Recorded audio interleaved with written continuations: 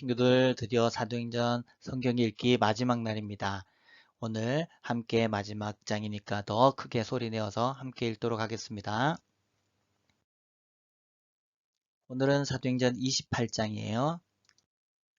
우리는 육지에 무사히 오른 뒤에야 그 섬이 몰타 섬이라는 것을 알았습니다.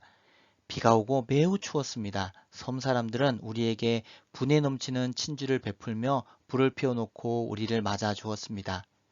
바울이 장작을 한 무더기 모아다가 불에 넣었는데 뜨거운 불 때문에 독사가 튀어나와 바울의 손을 물었습니다. 섬 사람들은 독사가 바울의 손에 매달려 있는 것을 보고 이 사람은 틀림없이 살인자다. 바다에서는 살아나왔는지 모르지만 정의의 신이 그를 살려두지 않을 것이다. 라며 서로 수군거렸습니다. 그러나 바울은 그 뱀을 불 속에 떨어버렸고 아무런 해도 입지 않았습니다. 사람들은 바울의 몸이 부어오르거나 그가 갑자기 땅바닥에 쓰러져 죽으리라고 예상했습니다. 그런데 아무리 기다려도 바울에게 아무런 일이 일어나지 않자 그들은 바울을 달리 생각하게 되었습니다. 그들은 바울을 신이라고 불렀습니다. 그 근처에 그 섬의 추장인 보블리오가 땅을 소유하고 있었습니다. 그 사람이 우리를 자기 집으로 초대해서 3일 동안 친절하게 대접해 주었습니다. 때마침 보블리오의 아버지가 열병과 이질에 걸려 자리에 누워 있었습니다. 바울이 그를 찾아가 기도하고 그 사람의 몸에 손을 얹어 그를 낫게 하였습니다. 이 일이 있은 뒤에 그 섬에서 병을 앓고 있는 다른 사람들도 바울을 찾아와 고침을 받았습니다. 그 섬 사람들은 우리를 잘 대접해 주었습니다. 우리가 떠나려고 할 때 그들은 필요한 물건들을 배에 실어 주었습니다. 석 달이 지난 후 우리는 그 섬에서 겨울을 보낸 알렉산드리아 배를 타고 뱃길에 올랐습니다. 그 배의 앞에는 쌍둥이 신 표시가 있었습니다. 우리는 수라구사에 배를 대고 3일 동안을 지냈습니다. 그곳을 떠나서는 레기온에 도착했습니다. 그 이튿날 남풍이 불어와서 그곳을 쉽게 벗어날 수 있었습니다. 이틀 만에 우리는 보디올에 닿았습니다.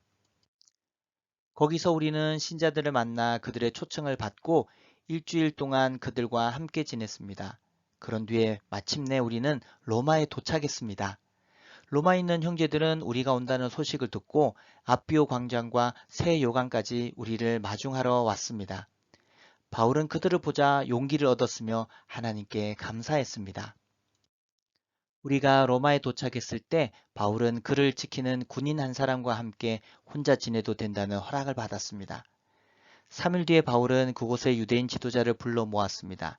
그들을 모이자 바울은 이렇게 말했습니다. 동포 여러분, 나는 우리 백성이나 우리 조상들의 관습을 거스르는 일을 한 적이 없습니다.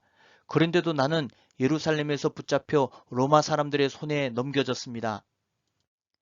로마 사람들이 나를 신문했으나 내게는 사형을 당할 만한 죄가 없다는 것을 알고 나를 풀어주려 했습니다.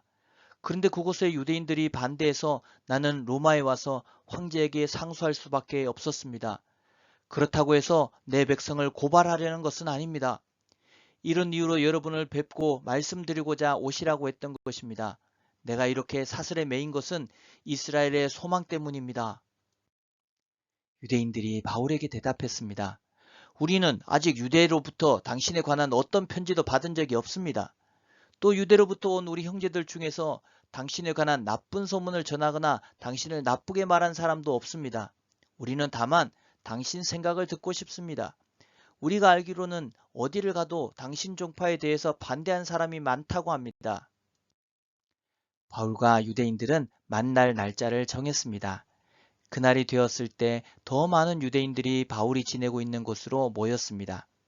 바울은 아침부터 저녁까지 그들에게 하나님의 나라를 설명하고 선포했습니다. 또 모세와 예언자들의 글을 예로 들어서 그들이 예수에 관한 것을 믿게 하려 애썼습니다. 바울의 말을 믿는 사람들도 있었지만 믿지 않는 사람들도 있었습니다.